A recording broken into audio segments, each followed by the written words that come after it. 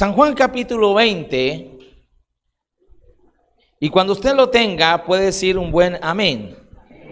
Gloria a Dios. Santo es el Señor. Bendecimos a todos los que están llegando a la transmisión. Gloria a Dios. Que el Señor les bendiga y el Señor va a hablar a nuestras vidas en esta mañana. Versículo 1. Y leemos con la bendición de Dios nuestro Padre, la bendición de nuestro Señor Jesucristo y la bendición del Espíritu Santo. Y el pueblo del Señor dice, en el primer día de la semana, María Magdalena fue de mañana, siendo aún oscuro, al sepulcro y vio quitada la piedra del sepulcro. Entonces corrió y fue a Simón Pedro y al otro discípulo, aquel al que amaba a Jesús, y les dijo: se han llevado del sepulcro al Señor y no sabemos dónde le han puesto. Diga conmigo, y no sabemos dónde le han puesto. Padre, en esta mañana preciosa, te damos gracias por tu bendita palabra, Señor de los cielos. Digna y fiel de ser recibida por todos nosotros, bajo la unción del Espíritu Santo de Dios, bajo la gracia y la sabiduría tuya, bajo la revelación tuya, Señor de los cielos. En esta mañana dile, en este día, Señor, habla a mi corazón, habla a mi vida, trae el entendimiento, espíritu de revelación y de sabiduría en el conocimiento del Señor. Alumna nuestro entendimiento. Espíritu Santo, convence de pecado, de justicia y juicio. Produce el milagro del nuevo nacimiento. Quebranta el corazón de piedra, coloca corazones de carne, corazones nuevos. Señor de los cielos, obra en cada vida conforme a tu poder y conforme a tu voluntad. En Cristo Jesús te damos gracias. Amén y amén. Denle un aplauso al Señor. Gloria a Jesús. Acompáñame. Déselo fuerte si es para el Señor. Amén.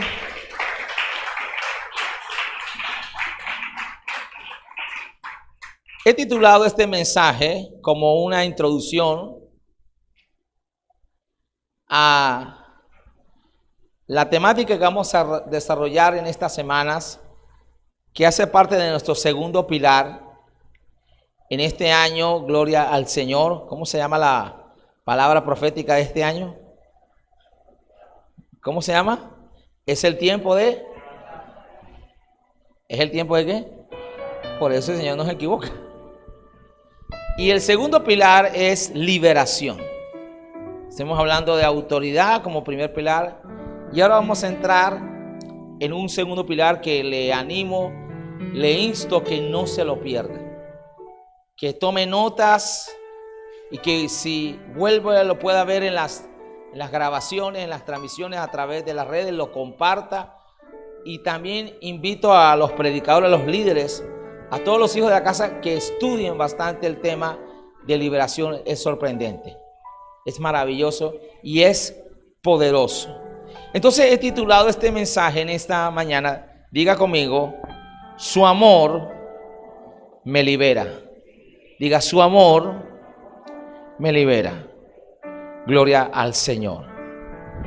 Nosotros vemos aquí en las Sagradas Escrituras, en la vida del Señor, que cuando Él estuvo con sus discípulos un periodo más de 3 años, les habló una y otra vez que era necesario que el Hijo del Hombre padeciese en manos de pecadores. Estaba escrito desde el Antiguo Testamento todos los padecimientos del Señor. En Isaías 53, que es conocido como el profeta mesiánico, 600 años antes aproximadamente, Isaías tiene una visión, tiene una palabra revelada de parte de Dios acerca del nacimiento, de la vida, del ministerio del Señor, su muerte, su crucifixión, la resurrección del Señor. Se le revela el reino milenial de Cristo. Por eso se conoce Isaías, este libro profético que está entre el grupo considerado de los profetas mayores. Cuando miras la división del Antiguo Testamento, vas a encontrar que entre ellas están los profetas mayores y los profetas menores. ¿Por qué clasificado así? No son llamados mayores porque sean de más importancia, sino por su contenido, porque son libros más extensos.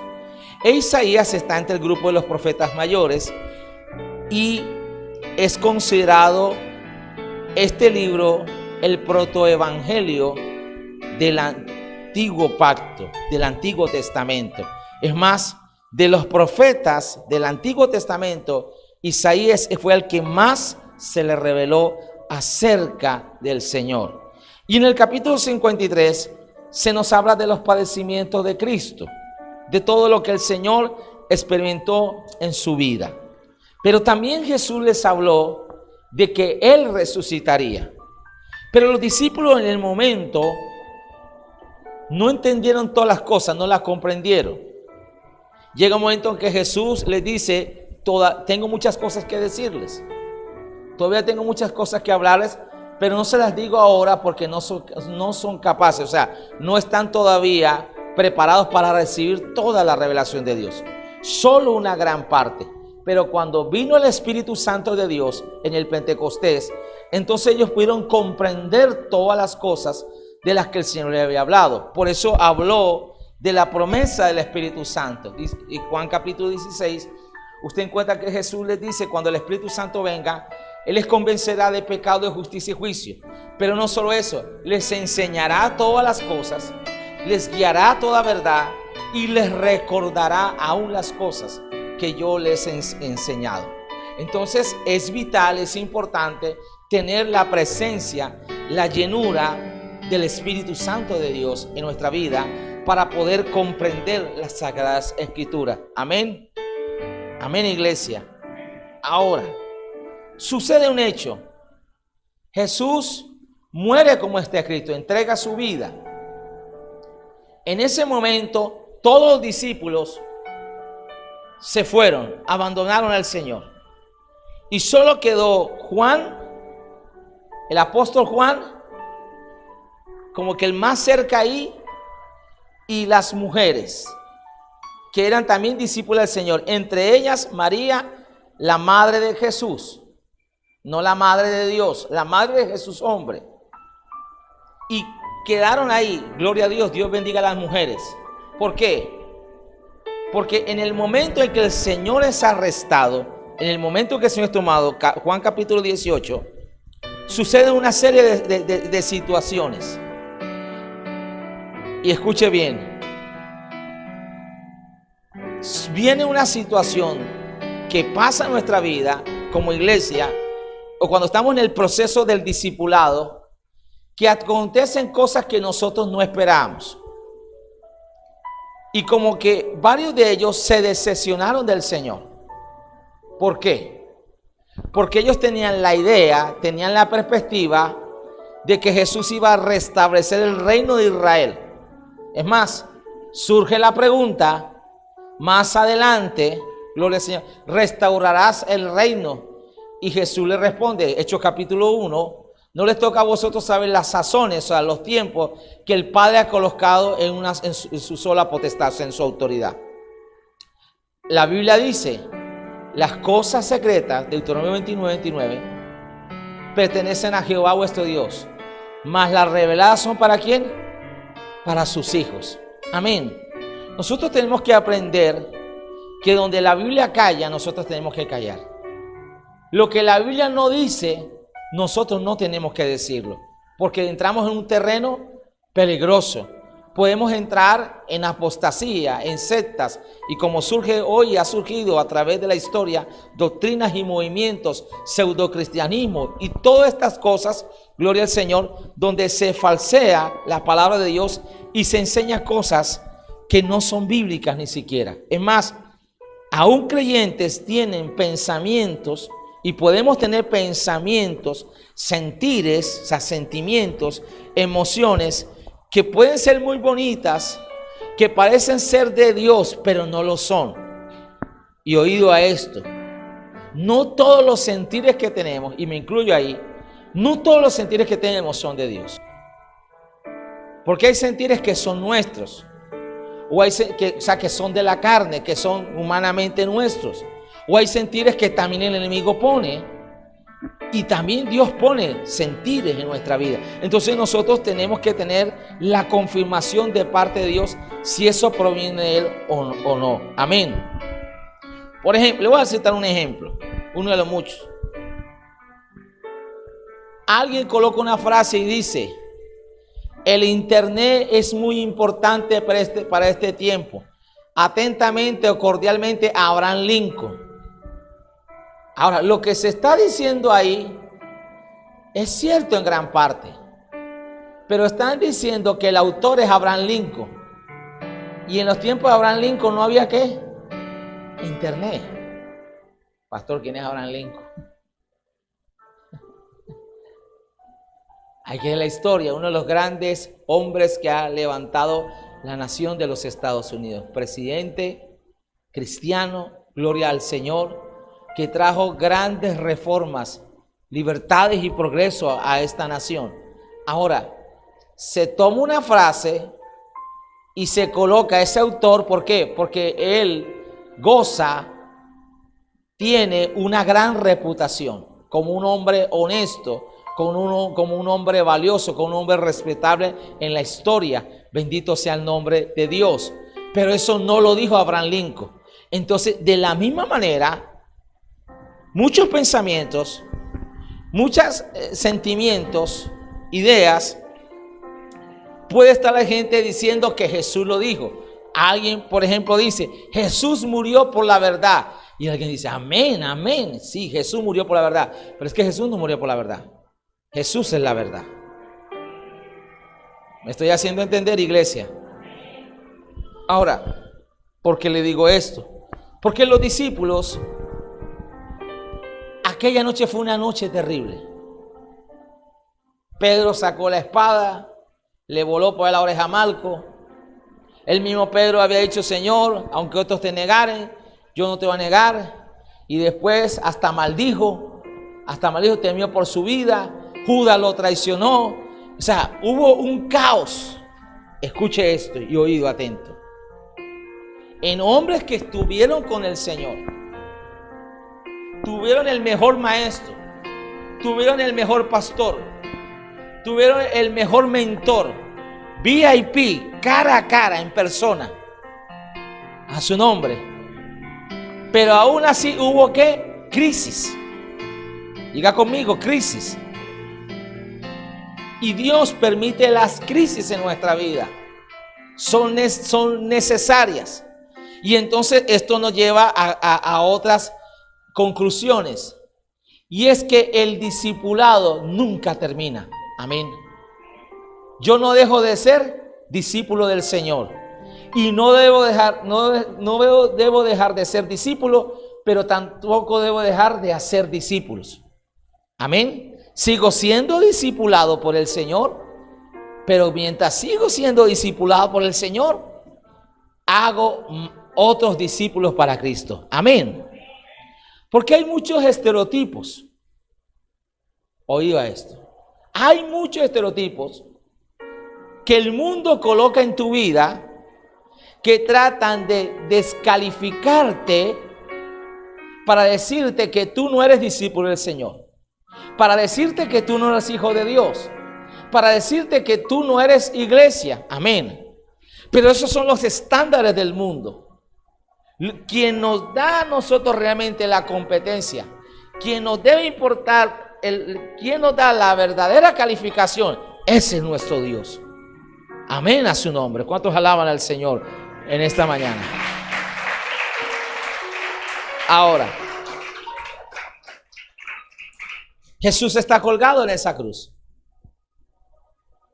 Juan capítulo 19, y solo está Juan ahí. Y el mismo Señor lo confirma. Lo que se conoce como las 7 palabras que Jesús expresó colgado en ese madero. Entre ellas, Juan capítulo 19, Jesús a pesar de su momento doloroso, a pesar de su momento difícil, Jesús deja, yo no digo varias ni muchas, sino todas las cosas resueltas. Amén. Amén. Porque en el Señor hay solución para todo. Mire lo que dice aquí Juan capítulo 19, versículo 26. Cuando vio Jesús a su madre y al discípulo a quien él amaba, que estaba presente, dijo a su madre: mujer, he ahí a tu hijo. Después dijo el discípulo: he aquí a tu madre. Y desde aquella hora el discípulo la recibió en su casa. O sea, Jesús dejó resuelto una situación familiar. Aunque él no iba a estar, se aseguró del bienestar del futuro de María, que fue su mamá aquí en la tierra. Amén.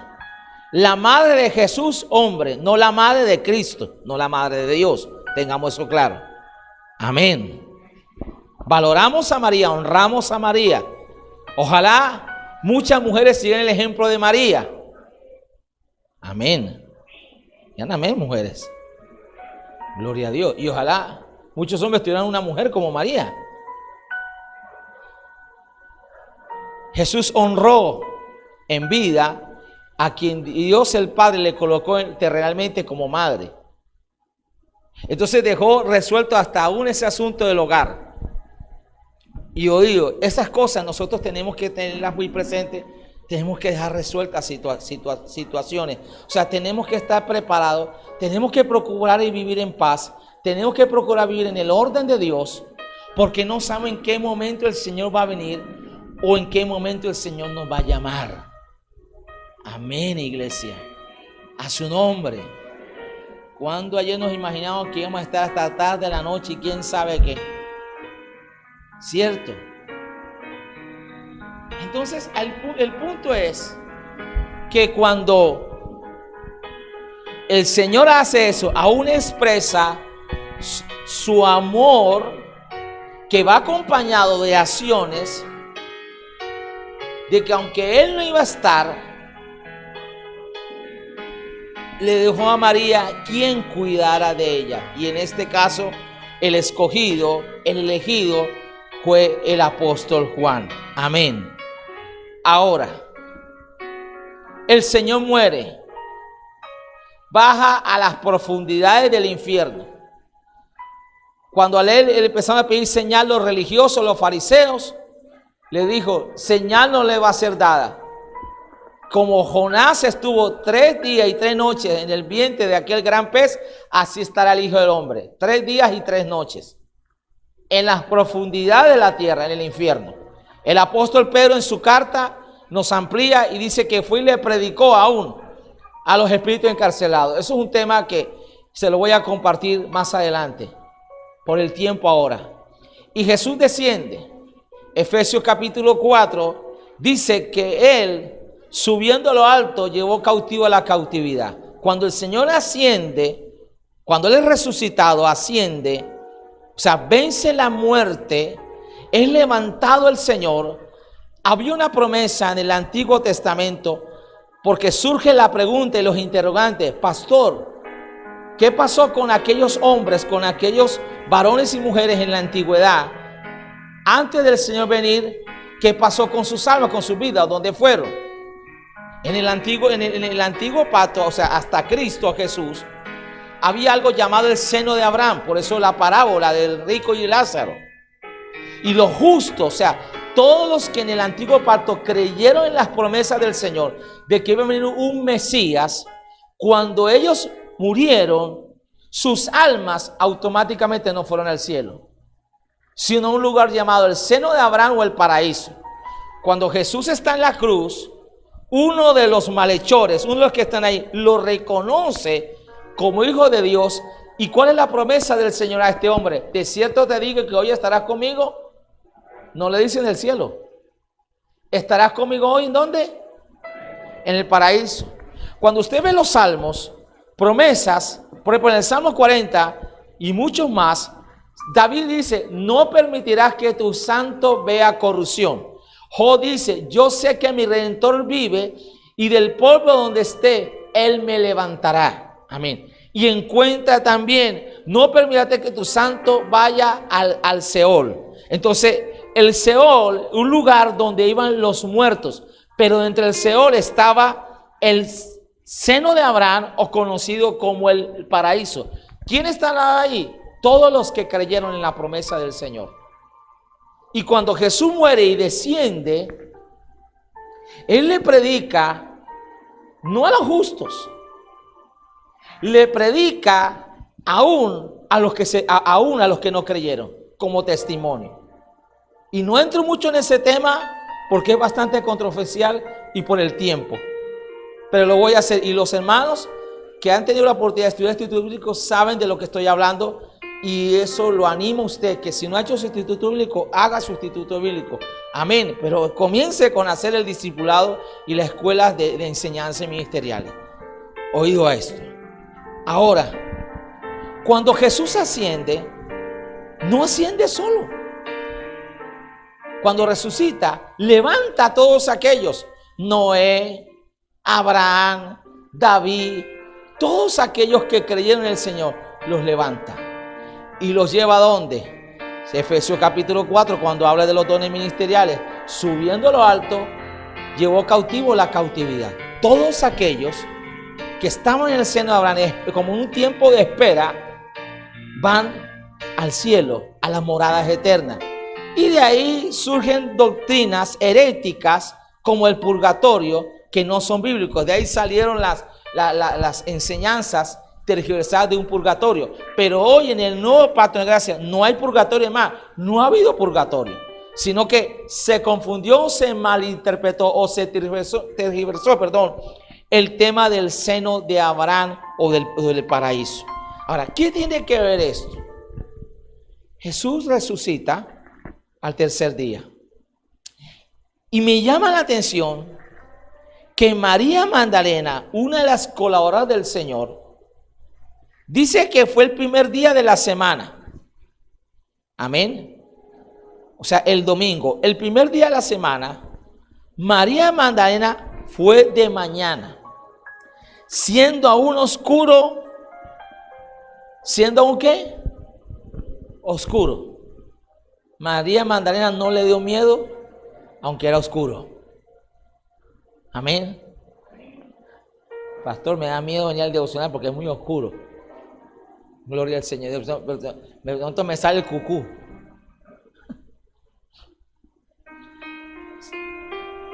Aún oscuro al sepulcro, y vio quitada la piedra del sepulcro. O sea, ella sí tenía la esperanza y la fe intacta de lo que el Señor había dicho, de que Él iba a resucitar. Amén. ¿Sabe que a las mujeres, bueno, no digo todas, pero la gran mayoría, les es más fácil creer en las palabras del Señor?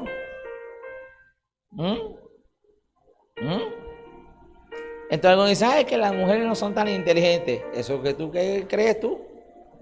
¿Que eres machista?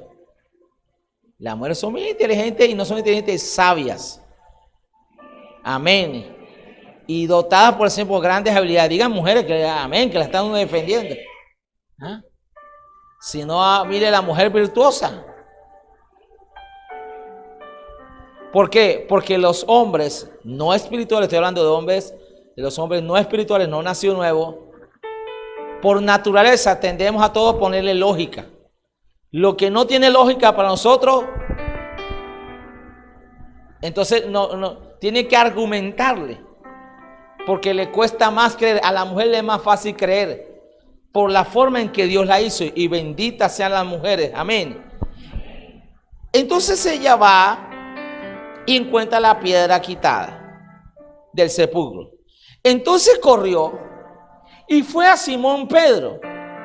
Simón Pedro, que era no solo un discípulo del Señor, sino de los más sobresalientes que la Biblia registra, que después se va a convertir en uno de los grandes líderes de la iglesia primitiva, el apóstol a los judíos. Y al otro discípulo, al que amaba a Jesús, o sea, Juan, el escritor de este libro, de este evangelio, se refiere a él mismo como el que amaba a Jesús. Recuerde que Juan se recostaba al pecho del Señor y les dijo, se han llevado del sepulcro al Señor y no sabemos dónde le han puesto. La inquietud, la preocupación, la angustia de María es donde han puesto el cuerpo del Señor. Mire, mover una piedra en ese entonces no era fácil. Era una piedra pesada. Se requería de varios hombres para mover la piedra. Pero además de eso, a esa piedra se le colocaba un sello que colocaba la guardia romana. Un sello habla de autoridad, que no todo el mundo podía venir a romper ese sello y a quitarlo. Se necesitaba de las directrices de la orden del gobernante de turno para que eso se hiciese. Amén. Ahora, la piedra ve que está quitada, está movida la piedra. Entra al sepulcro, entra y ve que no encuentra al Señor. Entonces dice, se han llevado el sepulcro al Señor y no sabemos dónde le han puesto.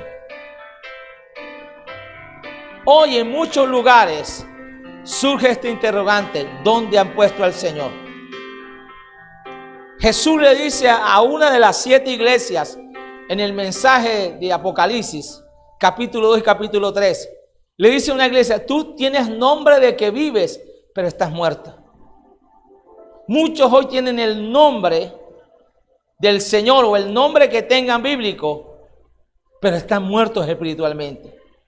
A otra iglesia le dice: he aquí, estoy a la puerta, llamando, ábreme, déjame entrar. Apocalipsis 3:20, un versículo muy usado para predicarle al no convertido. Pero resulta que este mensaje es para la iglesia. La iglesia que ha sacado al Señor, que lo tiene fuera de sus planes, que lo tiene fuera de su vida, que solo lo quiere hacer parte de su vida, pero no quiere hacerlo su vida. Hoy surge el gran interrogante: ¿dónde le han puesto? Hoy el Señor te pregunta a ti y a mí: ¿dónde le hemos puesto? ¿En qué lugar se enamoró de ti?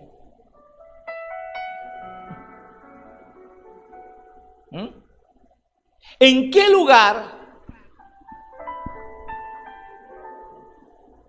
has puesto al Señor en tu vida? ¿Qué en el orden de tus prioridades, de mis prioridades, en qué lugar está el Señor? ¿Qué lugar ocupa el Señor en nuestro corazón? ¿Qué tan importante es Jesús en nuestra vida? ¿Es Jesús solamente importante el día domingo, el día que nos congregamos? Y ni siquiera el día domingo, las 2 horas que estamos en la iglesia.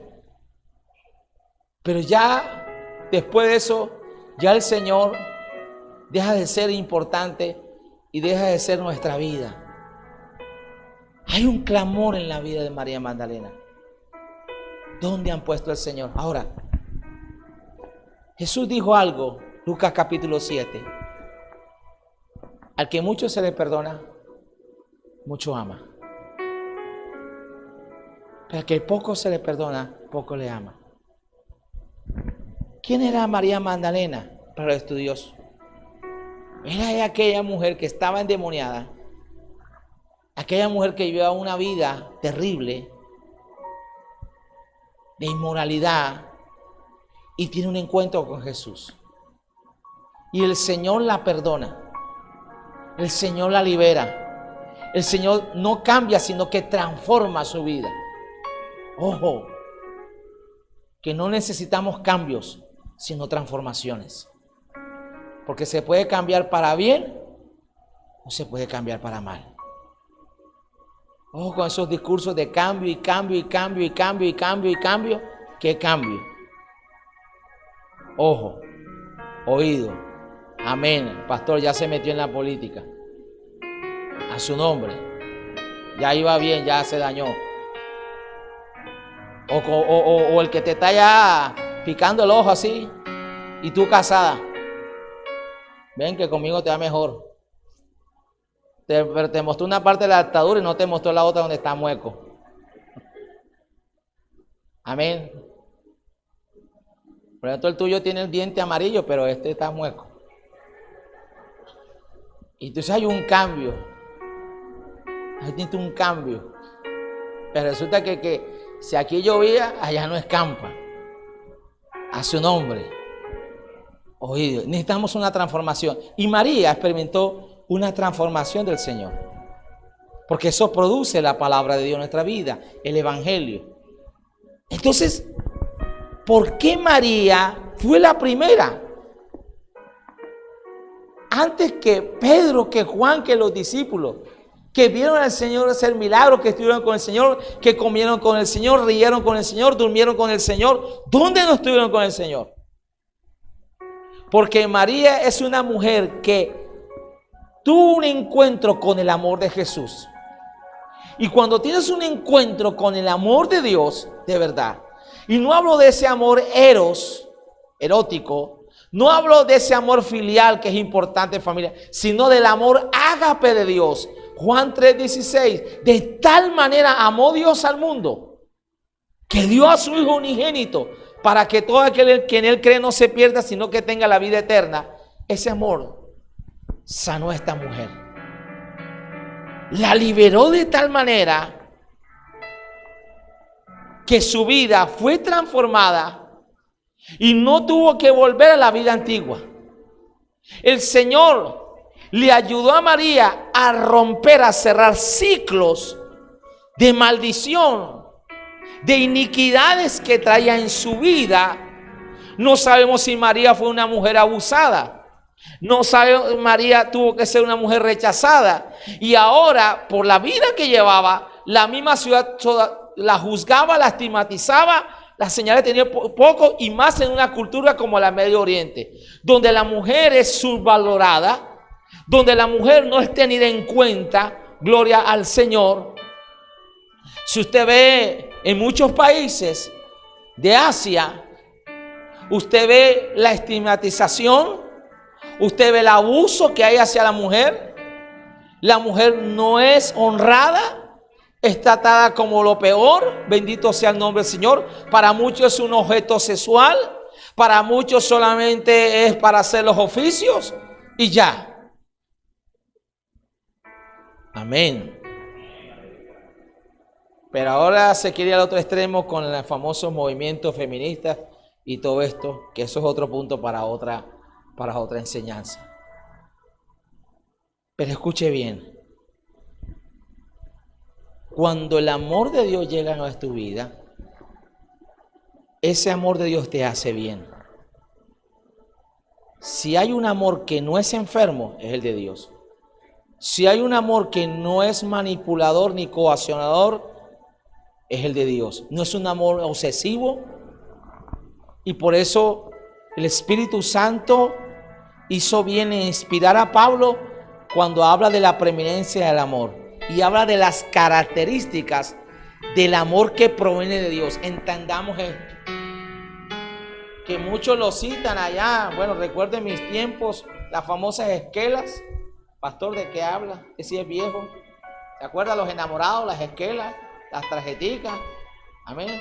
Levante la mano aquí los que escriben esquelas, gloria al Señor. No había WhatsApp, no había nada de eso, Facebook, no había Messenger. ¿Cierto? La tarjetica.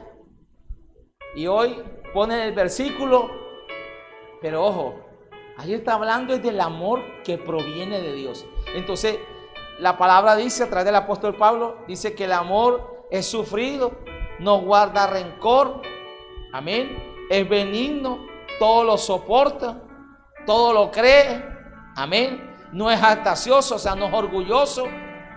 Ese amor del Señor hace bien en nuestra vida, y el amor del Señor vence en nosotros. Amén. ¿Cuántos alaban al Señor? Vence la amargura, vence el odio, el resentimiento, lo vence. ¿Por qué los primeros cristianos, al ser perseguidos por Roma, un hombre como Esteban, que es el primer mártir, porque Cristo no es un mártir, porque un mártir es alguien que le quitan la vida aún en contra de su voluntad, pero a Jesús no le quitaron la vida, Jesús dio su vida, téngase muy claro. Poncio Pilato dijo, ¿sabes que tengo el poder? Y le dijo, no, espérate un momentico. La autoridad que tú tienes ahora te ha sido dada de arriba, porque yo podía clamar ahora para que viniese una legión de ángeles. Y si un solo ángel en el antiguo pacto mató a 185,000, imagínense.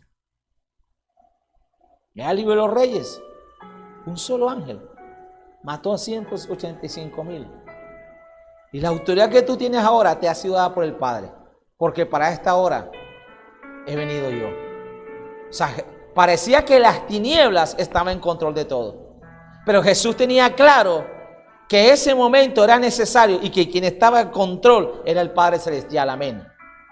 Y cuando Dios permite que el enemigo ataque nuestra vida, cuando Dios permite, como el caso de Job, que nos zarandee, Dios sabe, gloria al Señor, que Él nos va a dar la fortaleza y nos va a dar la salida a la situación que sea.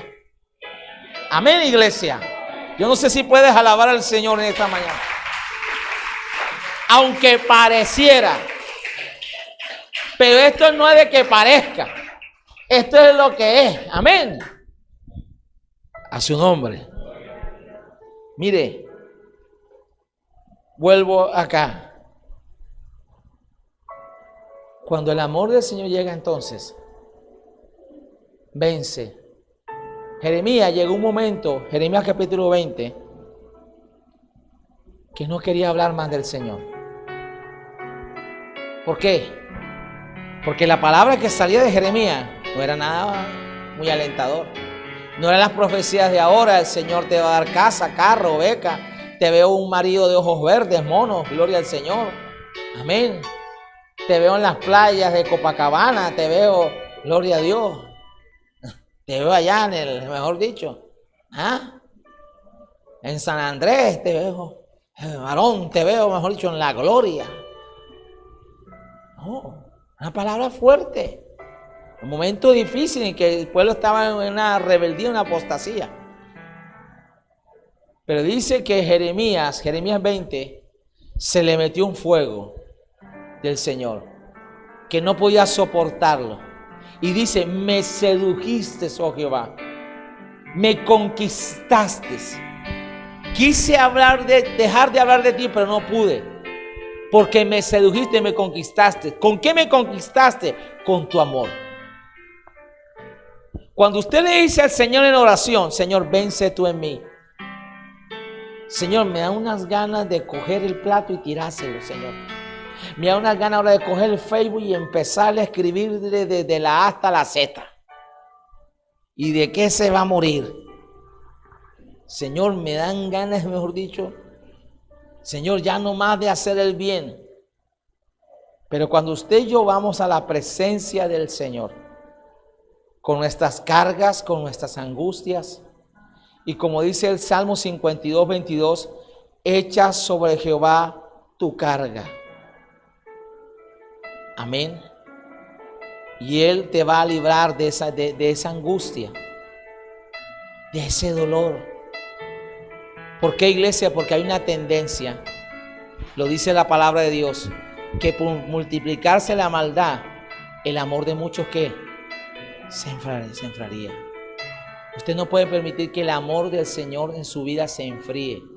No puede permitir que el amor del Señor se apague. Y por eso hay que cultivar esa relación con el Señor. Él a otra iglesia le dice, ahí en Apocalipsis, porque has dejado tu primer amor, mira dónde has caído. Y ese amor no solo es el amor, escuche bien, no solo es el amor vertical hacia Dios, sino el amor horizontal hacia el prójimo. Esa palabra está hablando del amor al prójimo, del amor al hermano. Y a veces ese amor se enfría hacia el hermano. Descuidamos, gloria al Señor, descuidamos la labor que Dios nos ha puesto. Y hay una batalla constante. Permítame estos minutos para que oremos. Hay una batalla constante. ¿A qué? A dejar de hacer el bien. y a como que dejarnos arrastrar y como que volvernos indolentes, indiferentes a lo que está pasando en la familia, a lo que está pasando en la nación, a lo que está pasando en la iglesia. Amén. Y yo creo que no tenemos que esperar que sucedan situaciones, eventos, por decir como el de ayer o otros más. Entonces, para darnos cuenta lo precioso y lo valioso que somos en el Señor. Pero no solo lo que somos en el Señor, sino lo que Dios nos ha dado a nosotros. Gloria al Señor, de las personas, de poder apreciar. Porque muchas veces estamos más enfocados en el defecto y no es que no lo veamos.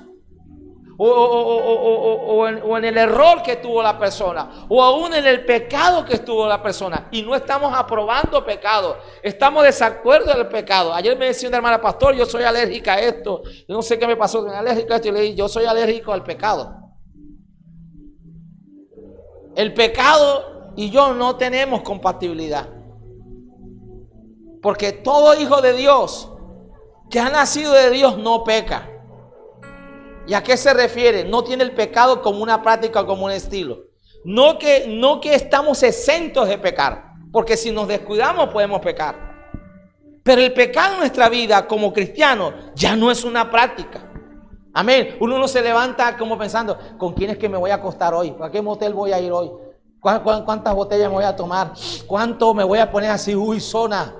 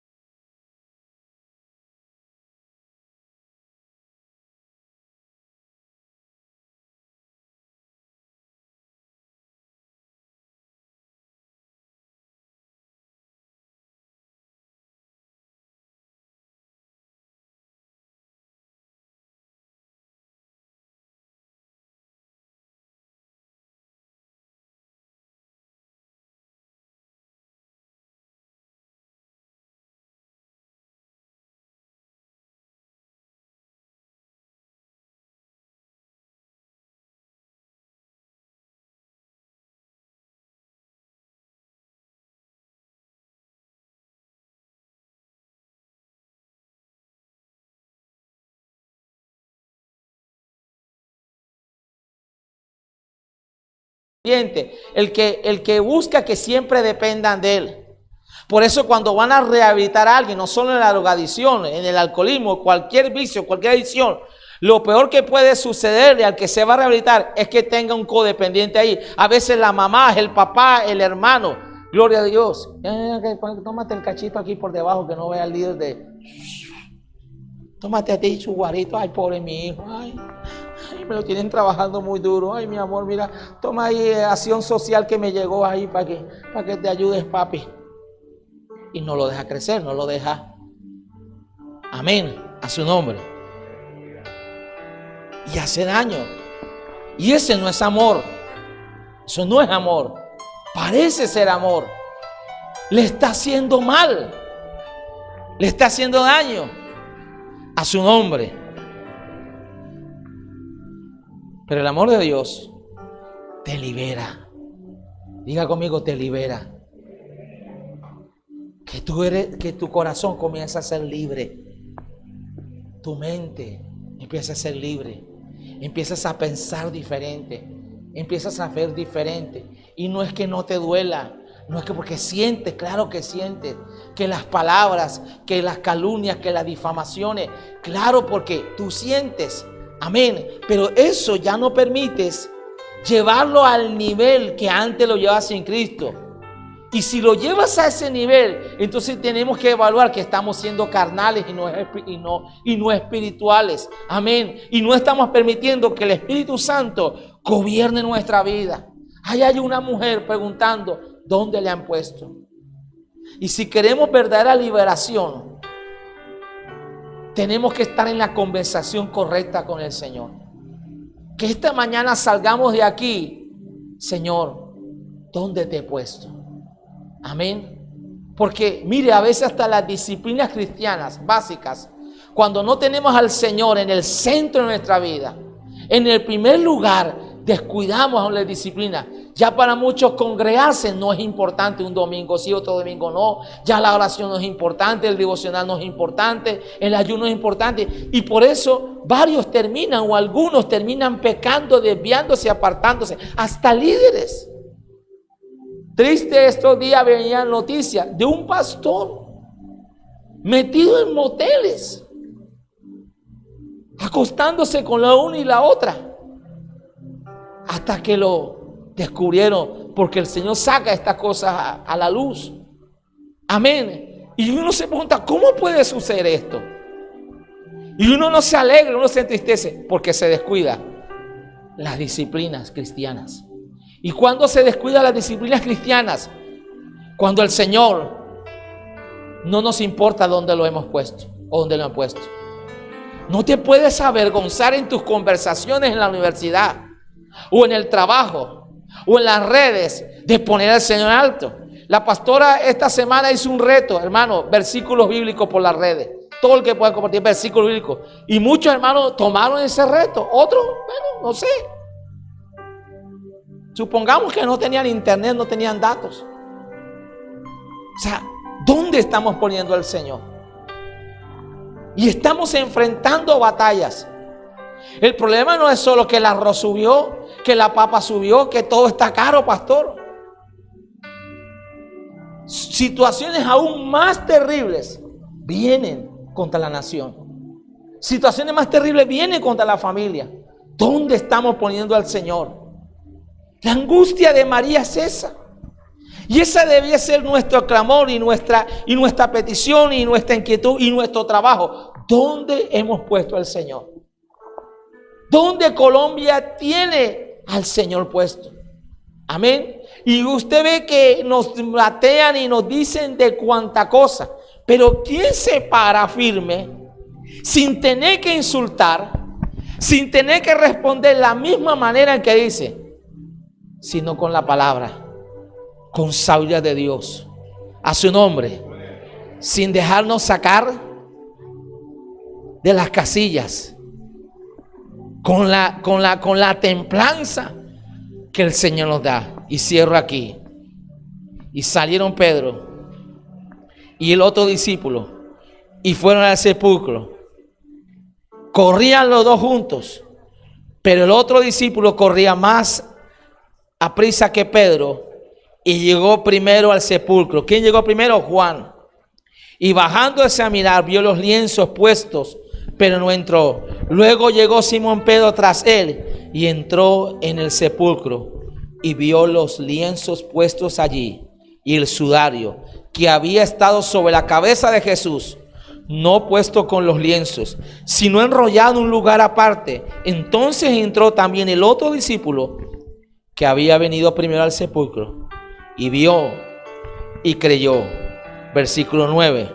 Pero aún, diga, porque aún no habían entendido la escritura, que era necesario que Él resucitase de los muertos. Señor, gracias en esta mañana, porque fue necesario. Colóquese sus pies en esta mañana. Señor, fue necesario no solo que tú murieses en esa cruz, Señor, sino que resucitaste al tercer día. Señor, gracias en esta mañana preciosa. Levanto mis manos a ti, Señor, de los cielos, y te doy gracias, Jesús, por tu gracia, por tu amor, por tu misericordia. Señor, en esta mañana